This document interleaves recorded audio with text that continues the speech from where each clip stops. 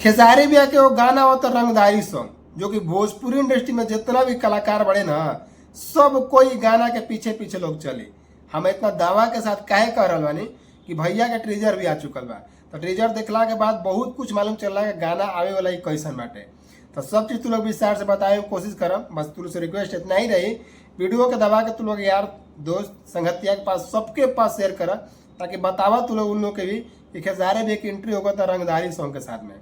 कैसे कि भैया की एंट्री हम वीडियो ना बनाई, ऐसा तो हो ही ना सकेला। और रंगदारी ऐसा बा ना, तू लोग अगर देखबा ना तो कब जाके वाह भैया ऐसा लेके अला गाना जो भोजपुरी इंडस्ट्री के हिला देला। तो वीडियो के लास्ट तक बना रही, छोटा सा वीडियो पूरा पूरा देख लिया। अगर चैनल पर नया बड़ा तो वीडियो को लाइक कर पहले, और बाद चैनल को सब्सक्राइब कर लिया। फेसबुक को देखा हुआ तो फॉलो जरूर कर लिया, ताकि ऐसा वीडियो तू लोग कभी भी मिस मत होके। वीडियो में आगे बढ़े से पहले एक चीज तू लोग कम भंग बताए थे कि खेसारी भैया के गाना डेब्यू सॉन्ग बा, जो कि सृष्टि भारती जी के साथ में। आज भारती जी के साथ में गाना आवा था खेसारी भैया के, तो भैया उनकर आवाज और खेसारी भैया के आवाज, भैया दोनों जना के जब टकरी ना तब बढ़िया बढ़िया दिल के दौरा पड़ जाए। सच बता रहा बनी। तो बतावा था जैसे कि रंगदारी सॉन्ग में इतना जबरदस्त, थोड़ा सा गानवा के थोड़ा सा ट्रेजर देखनी है तो मनवा में गुदगुदी होके लागल था। कहने के नहीं चलो भैया बताई सबको कि अपना फैमिली के, अपना सब्सक्राइबर के, अपना फॉलोअर्स के भैया की एंट्री हो रहा बा। तो तू लोग बताओ था जैसे कि सबसे पहले तू लोग इनका पोस्टर देखला। ये इनका पोस्टर जो ना पोस्टर के नाम रखल बा 6 गोली मारब नथिया पर। भैया के भैया देख ला ना, 6 गोली मरिहन दबा के दम। तो ऐसे चलते कहता नहीं कि वीडियो के तू लोग शेयर करा लो, शेयर करो दबा के शेयर करो। ट्रेजर आइल बा, तू लोग छोटा छोटा वीडियो तू लोग देख सकता।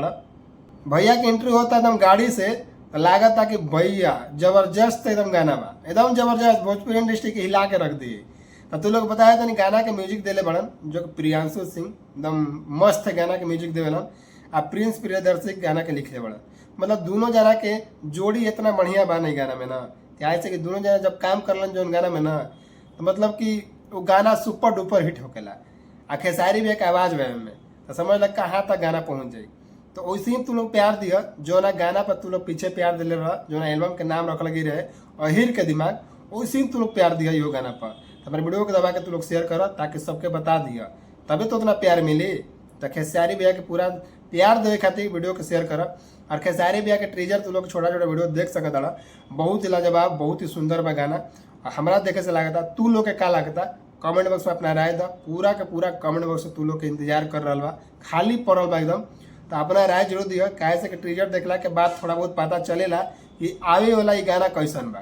तो तू लोग के देखला के बाद कैसन लगा था कमेंट बॉक्स में अपना राय जरूर दे दिया। क्या सुपर डुपर हिट हो सकेला, सारे भोजपुरी इंडस्ट्री के लोग पीछे चल सकेला कि ना चल सकेला, तू लोग कमेंट में जरूर बता दिया। कैसे कि हिट मशीन गाना लेके आवता खेसारी भैया। तो बता देता नहीं तू लोग के ये गाना अगर सुनल चाहता रहा, तू लोग के ट्रेजर देखल चाहता ना, तो ज़्यादा कुछ नहीं करके जाके सोशल में लिंक दिले हैं, जाके वहाँ से तू लोग ट्रेजर के अपना प्यार से बात दे सकता रहा। ट्रेजर रही मात्र 53-54 मिनट होते रहे, मैंने मान ला कि 1 घंटा।